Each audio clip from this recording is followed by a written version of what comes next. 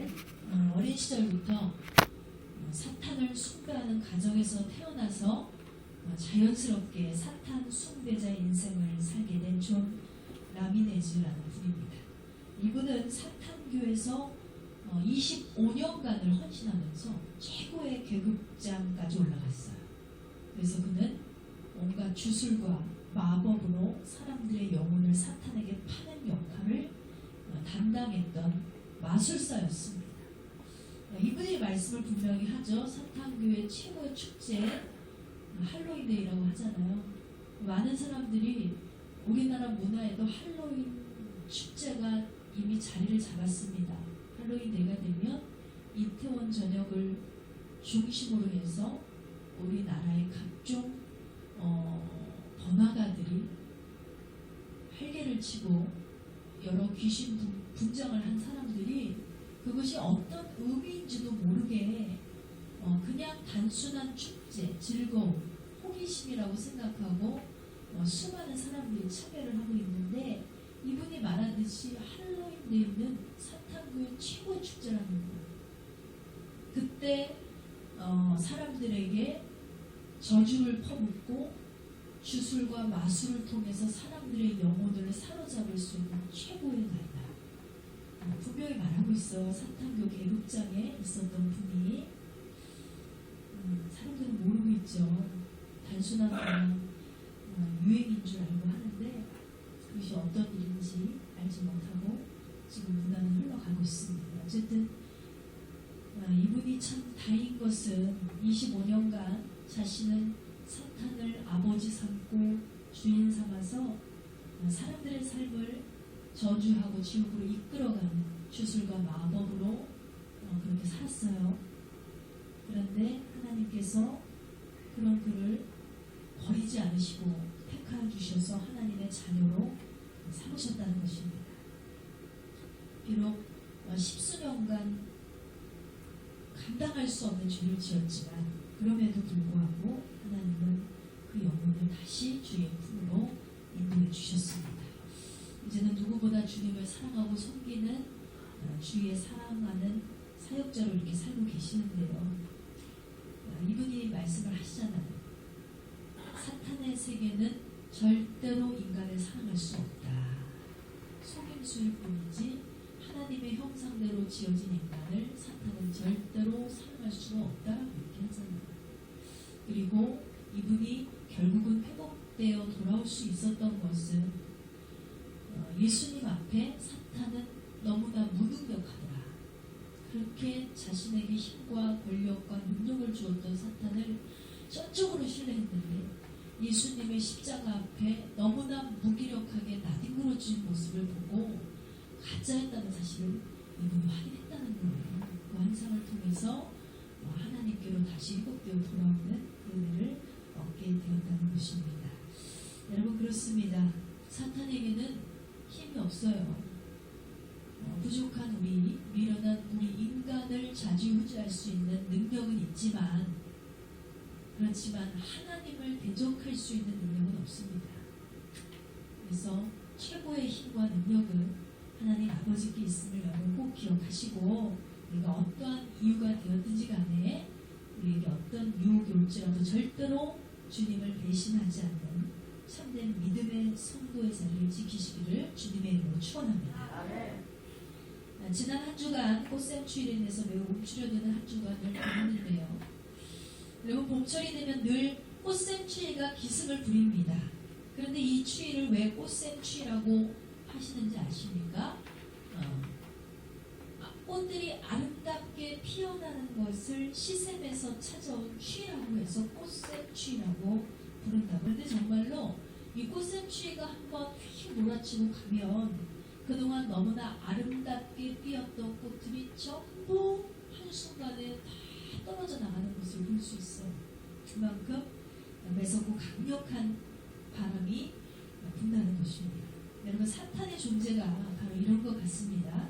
믿음으로 아름답게 피어난 사람들의 마음에 사탄의 매서운 바람이 불고 사탄의 강력한 유혹이 찾아오면 사람들은 하나님 중심으로 굳건히 서 있지 않는 한 누구나 쓰러지고 넘어지고 그동안 아름답게 피어났던 꽃잎과 같은 믿음이라 할지라도 한순간에 무너지는 것을 우리가 볼 수 있어요. 그런데 꽃샘 추위를 잘 대처하는 사람들은 어때요? 추위가 올 것을 기상청을 통해서 확인을 하고 미리 그동안 넣어두었던 패딩도 꺼내서 입고 철저하게 방한을 하잖아요. 그렇게 되면 아무리 매서운 추위가 다가와도 나는 든든한 거예요. 나는 춥지 않은 거예요. 나는 바람을 막을 수 있는 외투가 있고 모자가 있고 장갑이 있고 모든 것을 무장한 사람은 절대로 그 추위 앞에 무너지지 않을 수 있다는 것입니다. 마찬가지로 우리도 항상 하나님 앞에서 성령의 충만함을 받고 말씀 안에 무장하는 인생이 된다면 원수마귀가 어떠한 강풍을 몰고 올지라도 우리는 그 앞에 절대로 쓰러지지 않는 믿음으로 서게 될 것입니다. 누구도 우리의 믿음을 꺾지 못할 거예요. 그러므로 여러분, 신앙의 성장도 노력이 없이는 절대로 이룰 수가 없다. 늘 말씀드리지만 십수년간 가졌던 믿음으로 오늘날의 믿음을 버틸 수 있다는 생각을 여러분 가지시기 바랍니다. 우리의 믿음은 날마다 부흥해하고 날마다 성장해야 될 줄 믿습니다. 그래서 이 목사의 작은 바람은 여기 모인 우리가 비록 적은 무리가 모였지만 정말로 주님을 사랑하는 자들의 처소가 되기를 원합니다. 진리 안에서 진리를 따르는 인생, 진짜 위에 진짜가 되는 인생이 될 때 우리도 저분이 경험한 예수님, 진짜 능력이 계신 예수님, 진짜 능력을 바라시는 예수님을 분명히 체험하고 만나게 될 줄 믿습니다. 그러므로 진리 안에 참된 자유를 만끽하시는 저와 여러분 되시기를 주님의 이름으로 축원합니다. 자, 오늘 본문의 말씀인 요한복음 8장 31절을 이렇게 말씀하고 있습니다. 그러므로 예수께서 자기를 믿는 유대인에게 이르시되 그랬어요. 여러분, 예수님께서는요 불신자들을 향해서 말씀하고 계신 것이 아닙니다. 분명히 성경은 예수님께서 자기를 믿는 유대인에게 말씀하셨다라고 기록되어 있어요. 이와 같이 오늘 이 시간 주님께서는 저와 여러분을 향해서 말씀하고 계심을 믿으시기 바랍니다. 그렇다면 무슨 말씀을 하시느냐? 바로 참된 성도는 성경에 기록된 하나님의 말씀을 지키며 살아야 한다는 것입니다. 31절 후반절 말씀 보세요. 너희가 내 말에 거하면 참으로 내 제자가 되고 그랬어요. 여러분, 말씀 안에 거하는 자가 참된 제자가 된다고 성경은 분명히 말씀하고 있습니다. 그렇다면 말씀 안에 거한다는 건 뭐예요? 여기에 쓰인 거하다라는 단어는 머물다, 고정시키다, 뿌리 내리다 이런 뜻을 갖고 있습니다. 한마디로 성도는요 하나님의 말씀 안에 머물고 나의 삶을 하나님의 말씀으로 고정시키며 오직 하나님의 말씀이 내 인생에 뿌리 내릴 수 있도록 행하는 삶을 살아야 한다는 것입니다.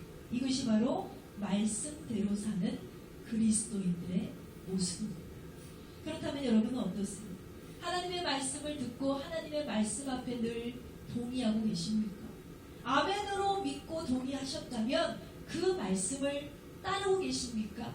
진정하고 계십니까? 한 가지 중요한 사실은 모든 인간은 자유를 원하지만 사실은 자유롭지 못한 삶에 동의하고 순종하고 따르고 있다는 거예요.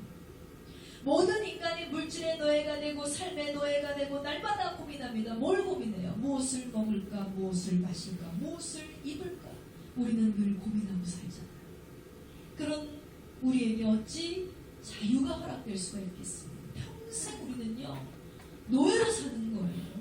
삶의 노예. 그러나 평생의 세상에 바쳐진 노예로만 살아 마땅한 우리의 인생을 주님이 판을 바꿔놓으셨어요. 그분께서 나를 위해 죽으시고 나를 위해 피 흘리시고 나를 위해 온갖 멸시 천대를 다 받으셔서 십자가의 죽음과 무덤에서 다시 일어나심으로 생명이 되어주셨다는 것입니다. 그 생명이 누구입니까? 예수 그리스도. 요한복음 1장 14절은 예수님에 대해서 이렇게 설명하고 있습니다. 말씀이 육신이 되어 우리 가운데 거하시며 그랬어요. 태초부터 말씀으로 계셨던 하나님께서 이제는 육신이 되어서 우리 가운데 오셨다는 것. 이것이 바로 예수 그리스도의 탄생이고 죽음의 사건이고 부활의 능력임을 여러분 믿으시기 바랍니다. 우리가 믿는다면 누구나 말씀대로 사는 것 여러분 당연한 거 아닙니까?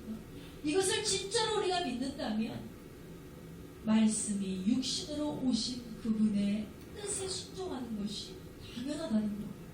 그런데 여러분 하나님의 말씀을 듣고 하나님의 말씀에 동의하며 하나님의 말씀을 따르고 순종하는 것, 이것을 우리가 행하게 되었을 때 과연 어떤 일이 벌어집니까? 시편 1편 3절 말씀을 우리 다 같이 보시겠습니다. 시편 1편 3절 말씀 찾으셨으면 우리 한 목소리로 봉독하시겠습니다. 그는 시냇가에 심은 나무가 철을 따라 열매를 맺으며 그 잎사이가 마르지 아니함 같으니 그가 하는 모든 일이 다 형통하리로다. 여러분 어떻게 세상에 이런 일이 가능할 수 있어요? 잎사귀가 마르지 않는다. 열매를 많이 맺을 것이다. 그가 하는 모든 일이 다 형통할 것이다. 이렇게 말씀하고 있죠. 사실 이렇게만 된다면 우리가 걱정하는 세상의 모든 일들이 다 해결되는 거 아니에요? 내 삶이 마름이 없어요.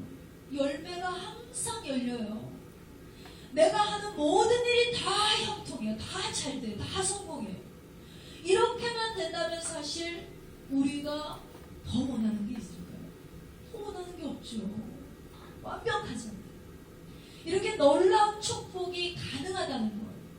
이러한 축복이 가능한 원인은 바로 뭡니까? 나무가 어디에 심겨져서 시냇가에 심겨져 있기 때문이라는 거예요. 이 나무가 얼마나 훌륭한 나무인가가 중요하지 않습니다. 이 나무가 얼마나 예쁜 나무인가가 중요하지 않습니다. 얼마나 이 나무가 오래된 나무인가도 중요하지 않습니다. 이 나무에게 열매를 맺은 경험이 있느냐 없느냐도 중요하지 않습니다. 단 나무가 어디에 심겼느냐가 중요하다는 거예요. 이 나무는요 시냇가에 심겨져 있었기 때문에 그 잎이 마르지 않을 수 있었던 것이고 철을 따라 열매를 맺을 수 있었던 것이고 모든 것이 형통할 수 있었던 이유도 다 뭐예요? 시냇가에 나무가 심겨져 있었기 때문이었음을 여러분 기억하시기 바랍니다. 우리 복음성가 너는 시냇가에 심겨진 나무라 우리 한번 찬양해 보겠습니다. 이 가사를 중심으로 지어진 찬양이죠.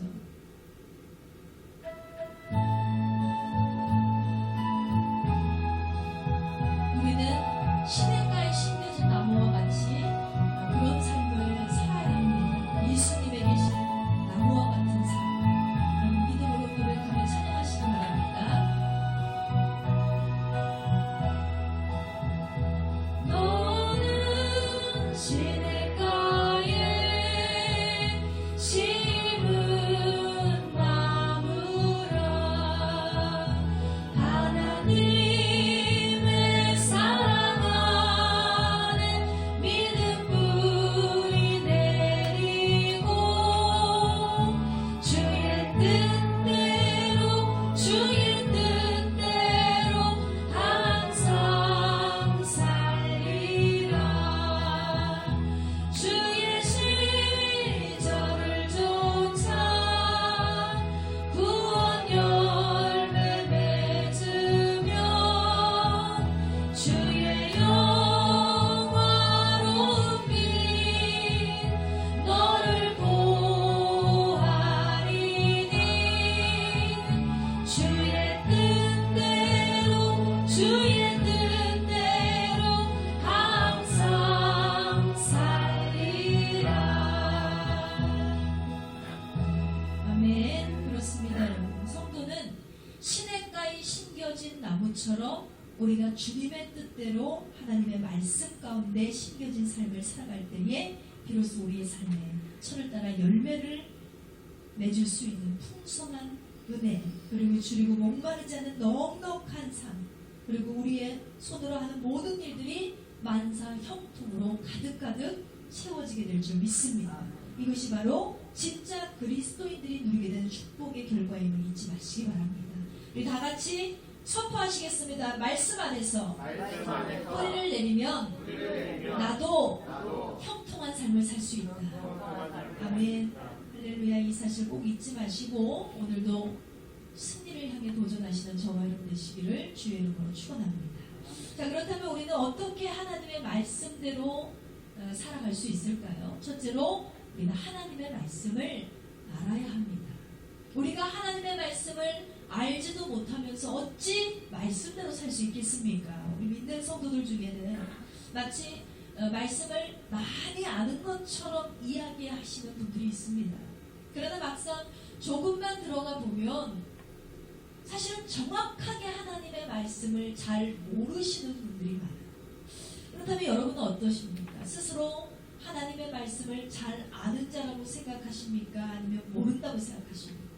잘 아신다면 여러분 문자 그대로의 그 성경 구절만 알고 계신 거예요? 아니면 그 뜻에 담겨진 하나님의 마음을 알고 계신 거예요? 시편 기자는 시편 1편 2절을 통해서 복 있는 자에 대해서 이렇게 고백하고 있습니다. 오직 여호와의 율법을 즐거워하여 그의 율법을 주야로 묵상하는도다 그랬습니다. 여러분 하나님의 말씀이 얼마나 재미있고 얼마나 유익하고 즐거우면 그것을 밤낮으로 읽고 또 읽고 하겠어요. 시편 기자 고백하죠.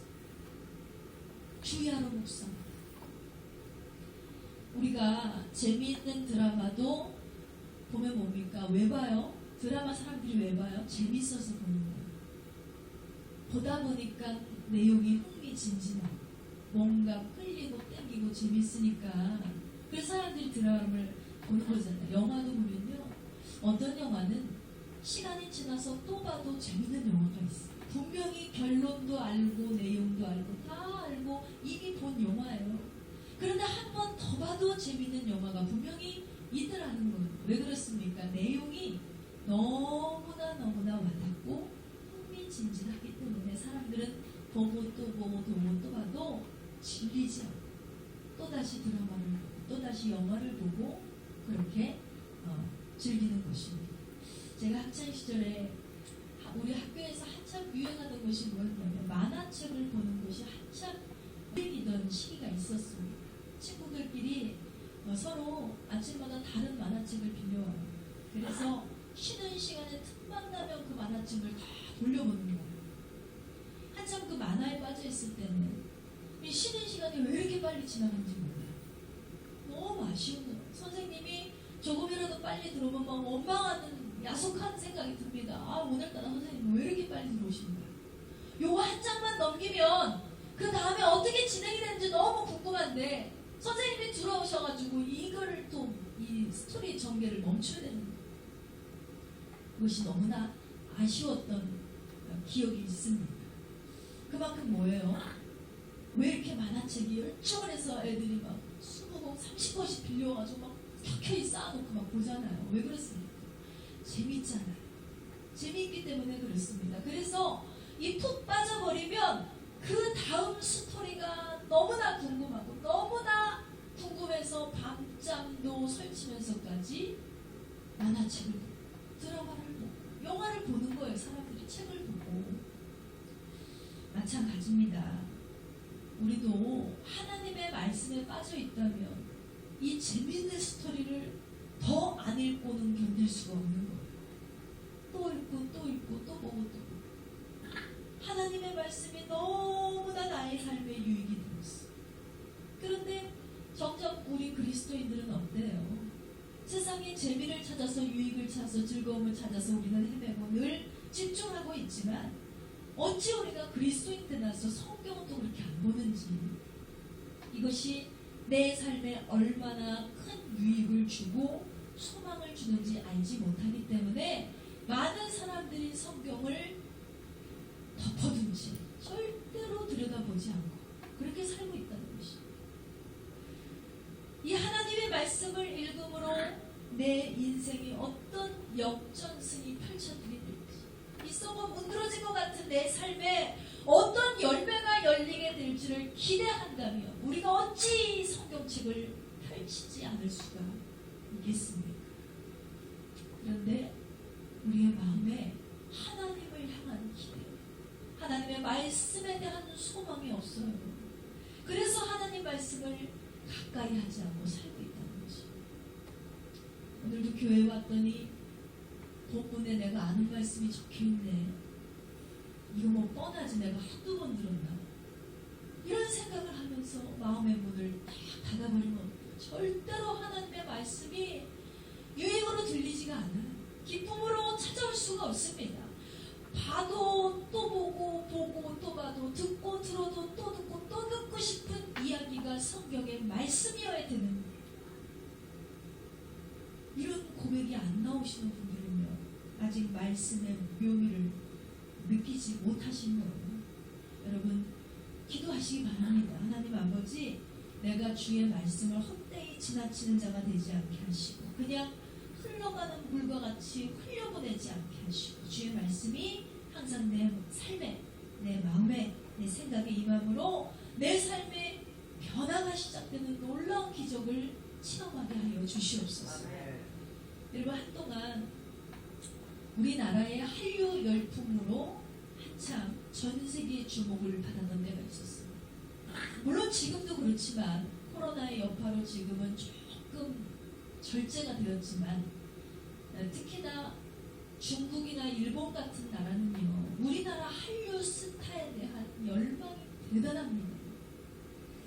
그래서 한류 스타들의 이 팬클럽이 오픈이 되면은 엄청나게 많은 인파가 몰려든다고 해요. 워낙에 많은 숫자의 팬들이 몰려들다 보니까 오죽하면 가입 시험을 본단 말이에요. 가입 시험. 그런데 합격의 조건이 뭐냐? 내가 좋아하는 스타가 나온 드라마를, 그 드라마 한 편을 50번 이상 봐야 돼. 그 조건이에요. 그리고 나서 시험을 봅니다.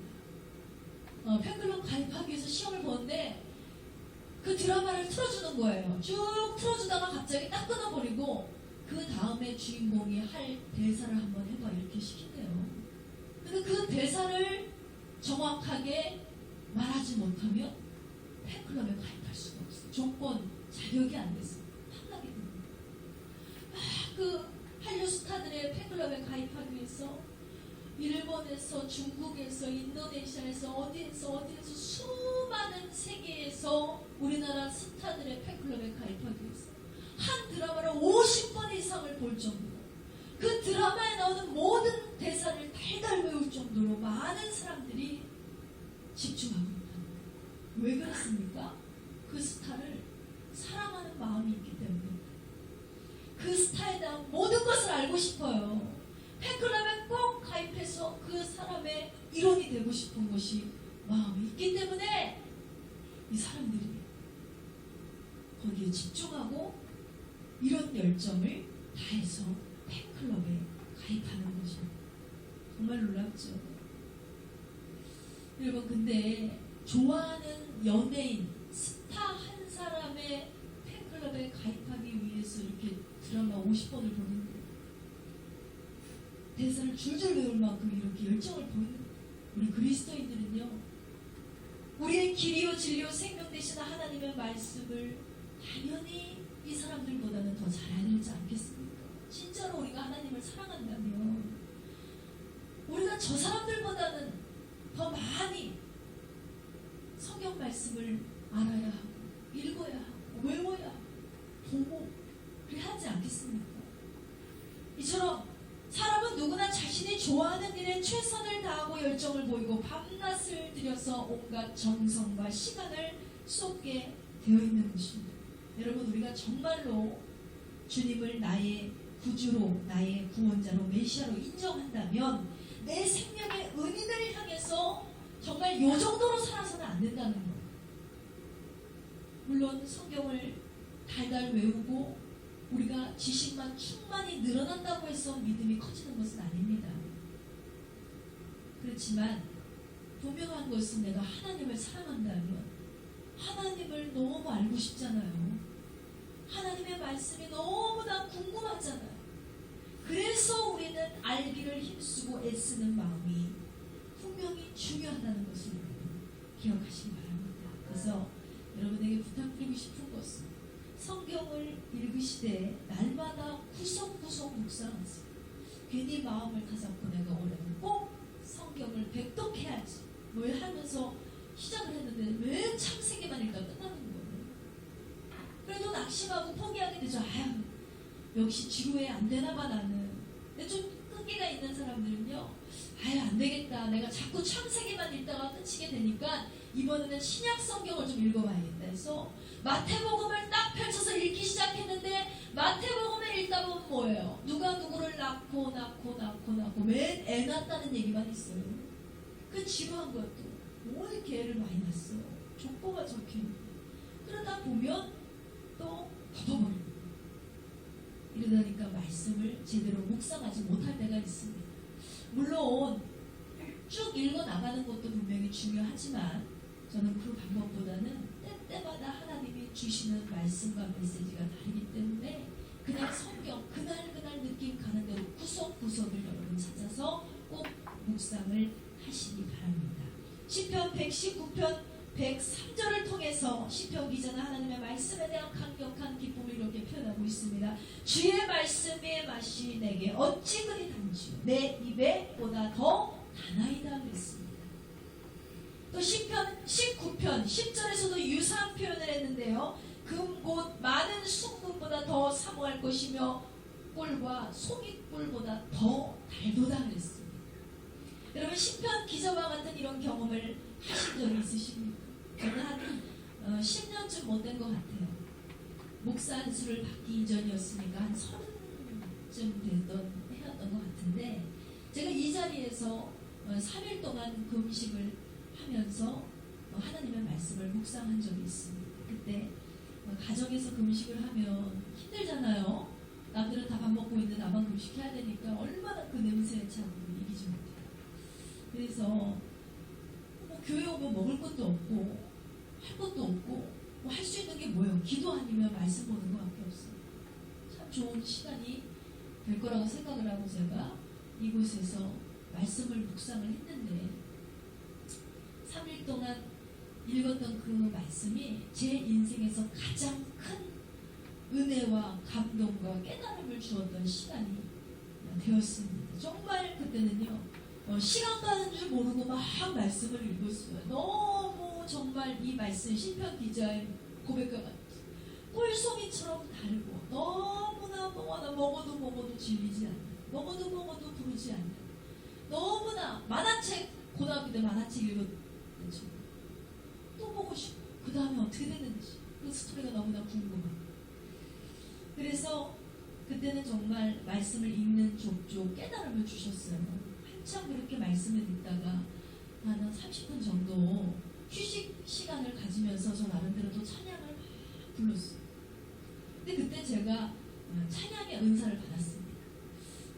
노래를 잘하는 은사가 아니라 찬양의 은사를 받았다는 게 뭐냐면, 이 찬송가에 기록된 대부분의 가사들도 전부 성경의 구절을 인용해서 곡조를 붙여서 만든 노래잖아요. 그러다 보니까 하나님의 말씀이에요. 찬양도 다. 근데 찬송가를 이렇게 부르는데 어렸을 때부터 늘 불렀던 그 찬송가만 알고 있었거든요. 면 안 돼요. 그런데 그날 제가 3일 동안 말씀을 묵상하고 말씀의 깨달음이 막 열리면서 말씀이 깨달아지니까 하나님의 찬송가, 하나님의 주시는 이 찬송가를 불렀는데도 하나하나를 다 보니까 이 곡조가 다 깨달아집니다. 그래서 그때 찬양의 은사를 받았습니다. 근데도 제가 가장 자신 있는 것이, 찬송가 나보다 더 많이 하는 사람이 있으면 나와보라 그래 막 이래요. 절기 찬송가 다 알고 있어요. 누가 가르쳐준 적이 없어요. 하나님이 깨닫게 하셨습니다. 이때 바로 그런 은사를 받은 거예요. 대부분의 교회들은 찬양을 불러도 부르는 곡만 불러요. 그리고 보통은 CCM 가수들이라 할지라도 찬양 인도자들도 보통 요즘에 CCM 찬양을 많이 하고 찬송가도 어렸을 때부터 부르던 것만 부르기 때문에 제한돼 있어요. 알고 있는 것. 근데 저는 절기마다 찬송가를 거의 다 알고 있고, 모르긴 몰라도 제가 한 600장 찬송가 중에서 500장 이상은 제가 알고 있지 않을까 생각이 들 정도로 그때 깨달음은 없어요. 바로 언제? 하나님의 말씀을 3일 동안 묵상하면서 하나님의 말씀에 깊이 빠지고 하나님의 말씀이 꿀송이처럼 달아졌을 때, 그때 하나님께서 그 말씀 구절 구절을 깨닫게 하시면서 곡조가 붙여진 찬송가까지 마스터리 하시는 놀라운 은혜를 제가 체험하게 되었다는 것입니다. 이렇게 깨닫게 하신 것도 모두 주님의 은혜고, 말씀을 사모하며 믿음을 갖기를 희망하게 했던 그때 열정이 아니었나, 저는 그런 생각을 합니다. 물론 그때보다는 지금 열정이 많이 죽은 것 같아요. 근데 다시 소원하기를, 하나님 그때 사모함을 나에게 부어주시고 그때와 같이 언제나 주의 말씀 깊이 알고 읽고 묵상하고 깨달을 수 있는 제가 될 수 있도록 하나님 도와달라고 늘 기도하고 있습니다. 여러분, 이와 같이 이 놀라운 체험과 은혜를 저는 여러분도 좀 하셨으면 좋겠습니다.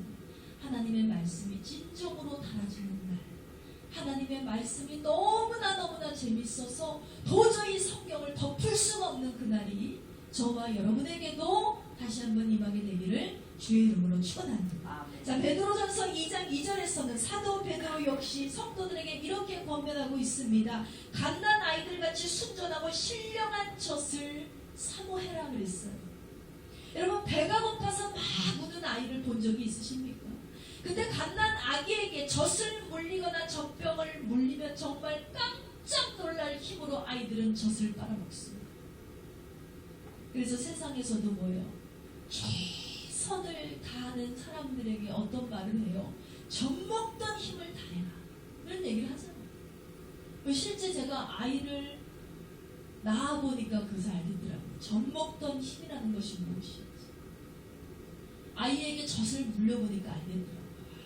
정말 저 조그만 인형과 같은 저 아이가 얼마나 이 힘이 센지, 살겠다고 배고프니까 젖을 쫙 빨아내는데 온몸에 기가 다 빨리는 것 같아요.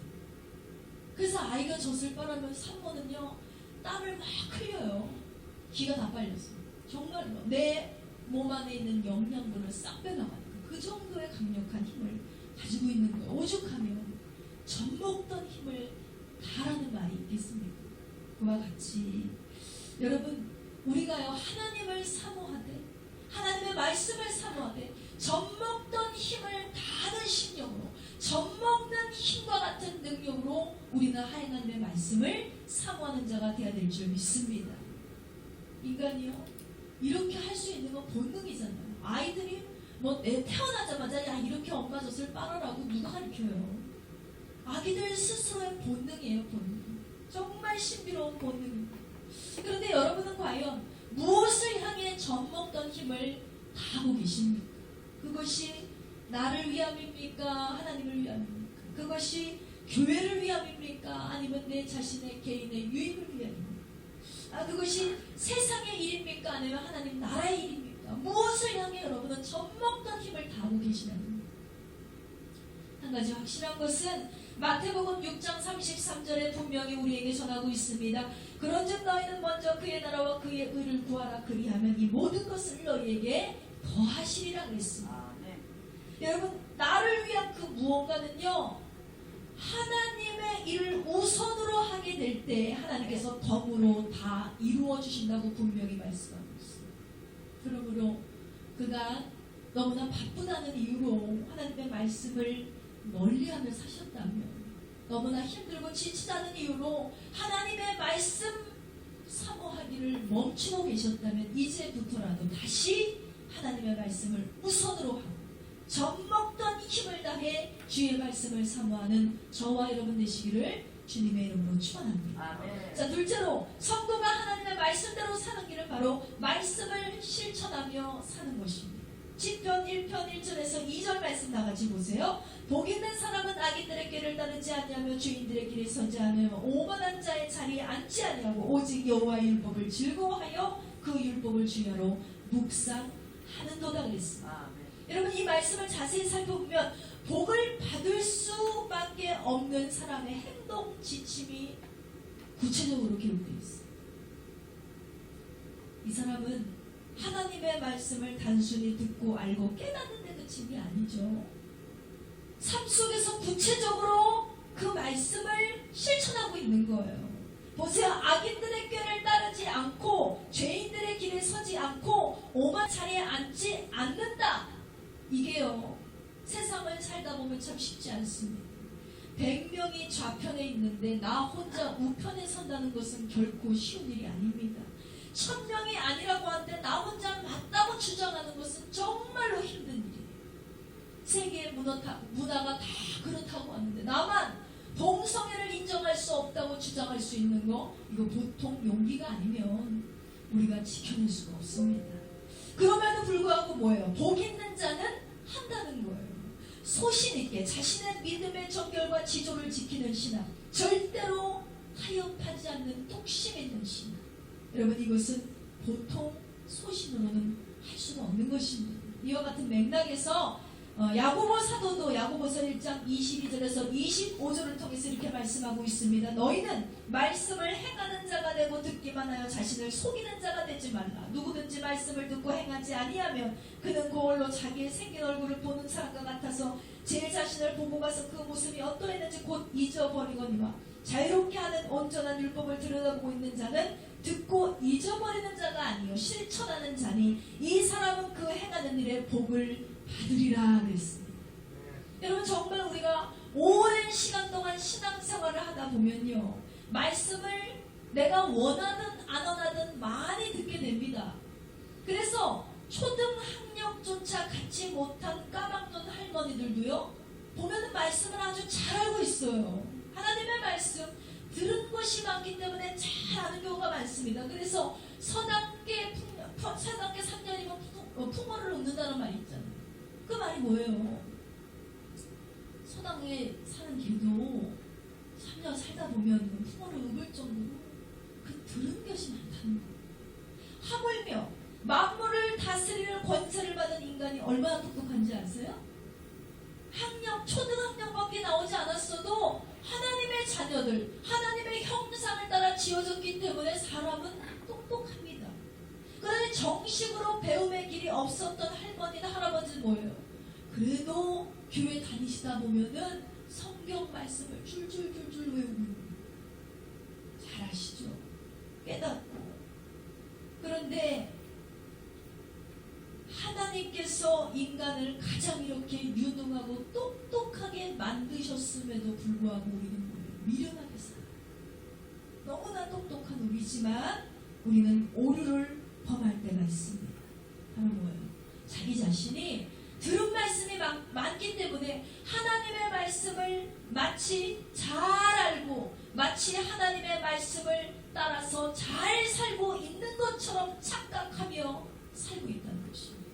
그래서 야고보 사도가 이와 같은 자들을 향해서 뭐라고 일침을 가하고 있습니까? 자신을 속이는 자가 되지 말라 그랬어요.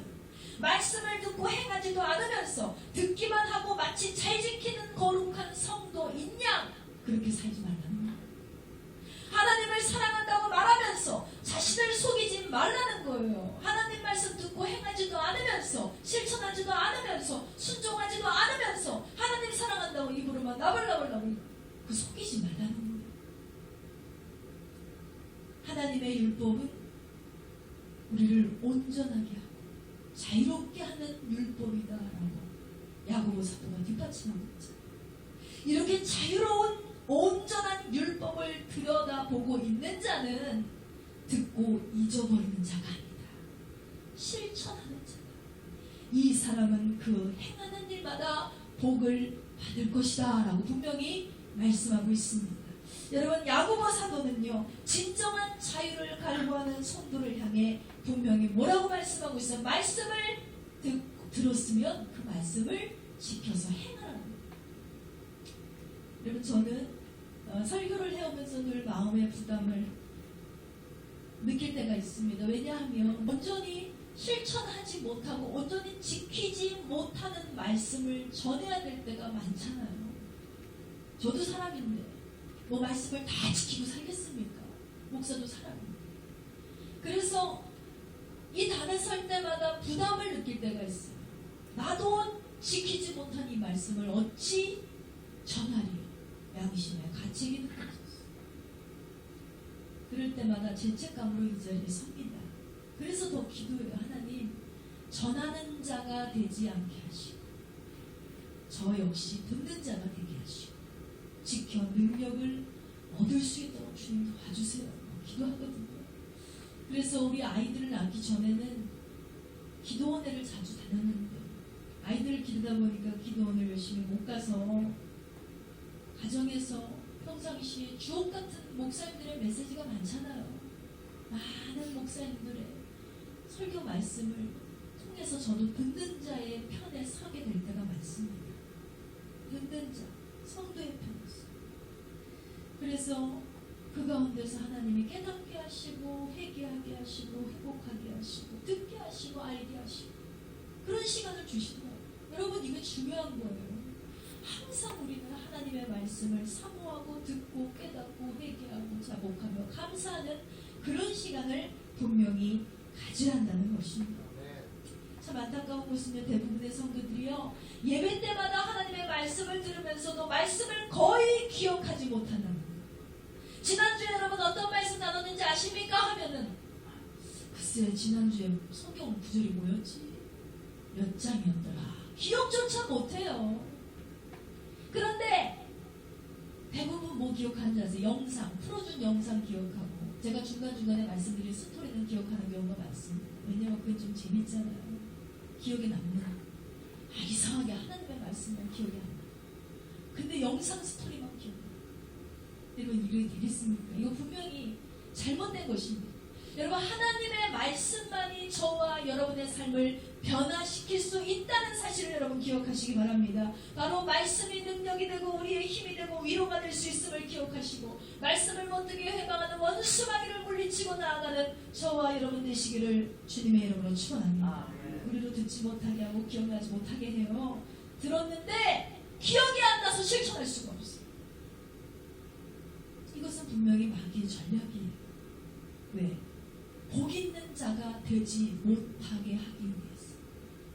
복 있는 자는 악인의 길에 서지 않고 오만한 자리에 자리에 앉지 않고 그런 모든 건 뭐예요? 실천사항이에요. 그런데 말씀을 들었는데도 기억이 나지 않아서 이걸 실천할 수가 없어요.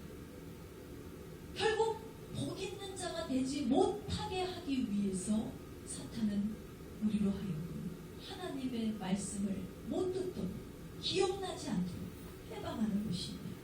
그러면 결국 어떻게 돼요? 우리는 복 있는 자가 되지 못하겠죠. 만사 형통이 아니라 만사 절망에 빠진 삶을 살아갈 수밖에 없다는 것입니다. 요한계시록 1장 3절 말씀에서 말씀에 대한 중요성을 다시 한번 일깨워주고 있습니다. 이 예언의 말씀을 읽는 자와 듣는 자와 그 가운데 기록한 것을 지키는 자는 복이 있나니 그랬어요. 읽는 자도 복이 있고 듣는 자도 복이 있는데 그 가운데서도 기록한 것을 지키는 자가 복이 있다. 여러분, 우리 모두는 누구나 복 있는 자가 되기를 원합니다. 진정한 자유는 진리에 있고 그 진리는 오직 하나님의 말씀에 있으며 그 말씀을 지키고 행할 때 비로소 우리의 삶에 놀라운 기적이 일어나게 될 줄 믿습니다. 자, 그렇다면 우리가 말씀을 지키고 그대로 순종하는 삶을 살아갈 때 어떤 일이 일어날까? 요한복음 8장 32절 말씀입니다. 진리를 알지니 진리가 너희를 자유롭게 하리라고 했습니다. 성경은 하나님의 말씀이 우리 안에 임하게 될 때 비로소 진리를 알게 된다 전하고 있습니다. 여기에서 안다는 것은 지식적으로 우리가 성경을 알게 된다는 것을 의미하는 것이 아닙니다. 바로 우리의 삶 속에서 체험하게 하시고 경험하게 하셔서 주님을 더 깊게 알고 주의 말씀을 흡수할 수 있도록 능력을 주신다. 그렇게 실제적인 경험을 한 그리스도인들은 진리, 곧 하나님의 말씀이 우리를 자유롭게 한다는 것을 실로 경험하게 되는 것입니다. 어떤 분들은 그러세요.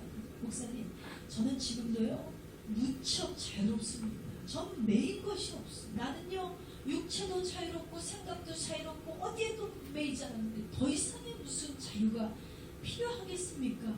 그런데 여러분, 당시의 유대인들도 이와 같은 똑같은 생각을 하고 똑같은 말을 했습니다. 요한복음 8장 33절을 보면 그들이 말하되 우리가 아브라함의 자손이라 남의 종이 된 적이 없거늘 어찌하여 우리에게 자유롭게 되리라 하느냐 그랬어요. 우리는 원래 자유한 자인데요. 왜 우리가 자유를 구해야 합니까? 어찌 우리가 자유인이 돼야 합니까? 원래 자유로워요. 지금도 자유롭습니다라고 그때 당시에 유대인들도 이렇게 반문했답니다.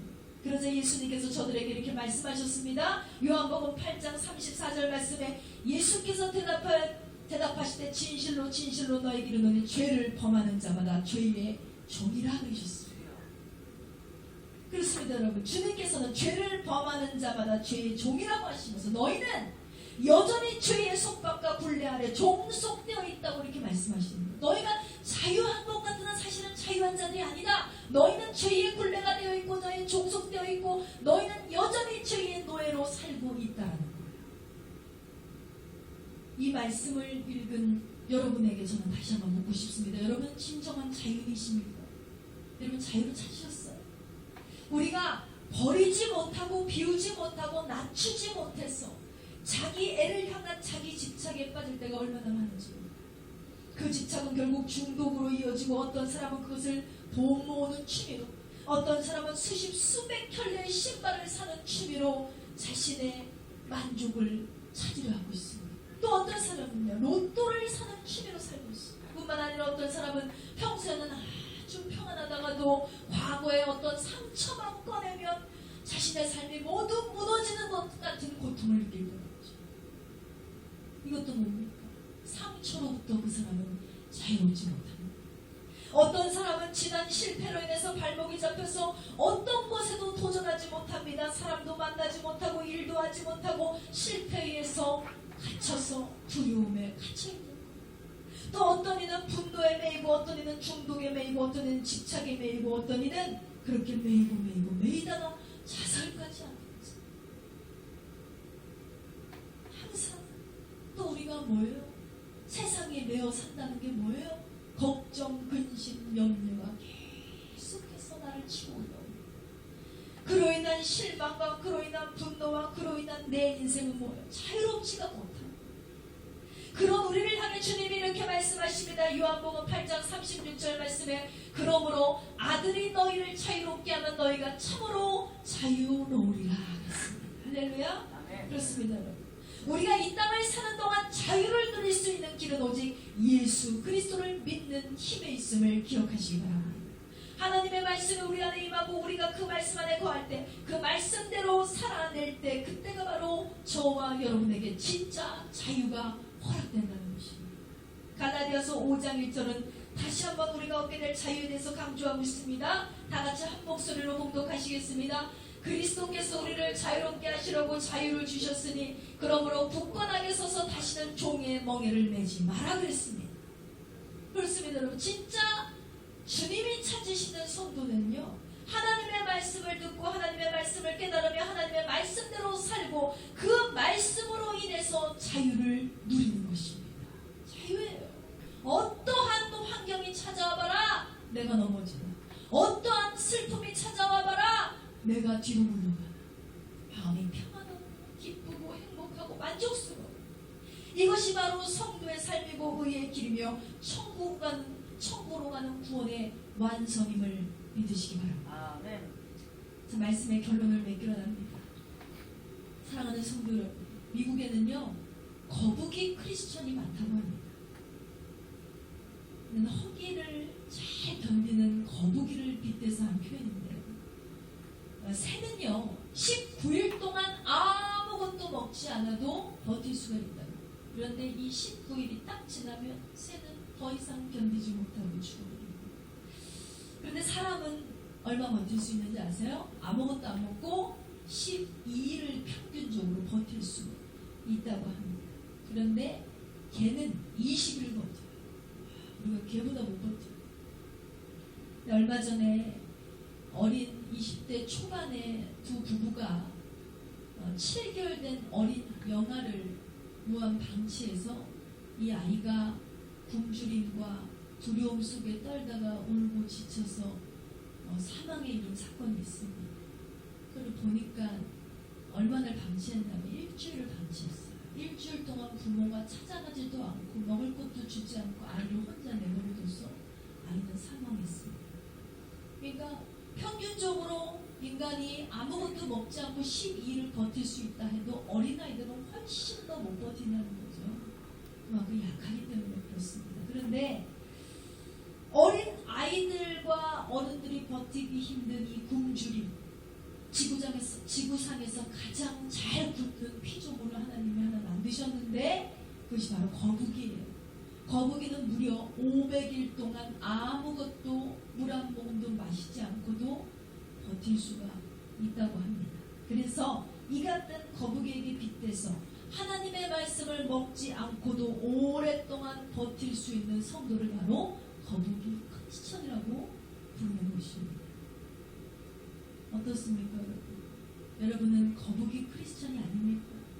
하나님의 말씀을 오랫동안 멀리하고 살았는데도 여전히 살았어요. 하나님의 말씀을 먹지 않고도 버티고 있어요. 그렇다면 내가 거북이 크리스천이죠. 여러분은 하나님의 말씀을 사모하며 말씀 안에서 뿌리 내리는 삶을 살아가고 계십니까? 하나님의 말씀을 마치 어린아이가 젖을 사모하듯이 그렇게 간절히 찾고 먹고 계십니까? 만일 말씀 묵상에 최선을 다하는 분이 계시다면 그 말씀을 과연 여러분은 실천하고 살고 계십니까? 말씀을 알면 우리는 비로소 자유해질 수 있습니다. 그 말씀이 진리이고 진리는 분명히 저와 여러분을 자유롭게 해줄 것입니다. 그러므로 이제부터는 들은 것에만 그치지 마시고 듣기도 잘 들어야 돼요. 말씀을 들으려고 애쓰셔야 됩니다. 내 허벅지를 찌르면서까지. 그리고 어쩌다 들여다보는 것이 말씀이 돼서 안 되고 항상 말씀 안에 거하는 삶 사모하고 찾고 구하시기 바랍니다. 그런 저와 여러분이 될 때 하나님께서 시냇가에 심긴 나무와 같이 저와 여러분의 삶을 풍성하게 하시고 열매가 주렁주렁 맺히게 하실 것이며 남은 저와 여러분의 인생은 만사 형통으로 주관해 주실 줄 믿습니다. 아멘. 이렇게 진정으로 복 있는 성도가 되시기를 주님의 이름으로 축원합니다. 아멘. 이 시간 다같이 기도하기 원합니다. 하나님께 간절히 기도할 때 아버지 하나님, 우리가 진정 시냇가에 심은 나무와 같이 열매 맺는 삶, 결실을 맺는 삶, 정말 만사 형통하는 삶, 마르지 않는 삶을 살기를 원합니다. 그러나 원하면서도 내가 어떻게 해야 그 열매의 삶을 살아갈 수 있는지를 알지 못하고 살았습니다. 이제부터는 하나님의 말씀을 더 깊이 묵상할 수 있는 우리가 되게 하시고 그 말씀 들은 대로 본 대로 실천할 수 있는 우리 모두가 되게 해달라고 이 시간 주여 삼창하시고 기도하시겠습니다.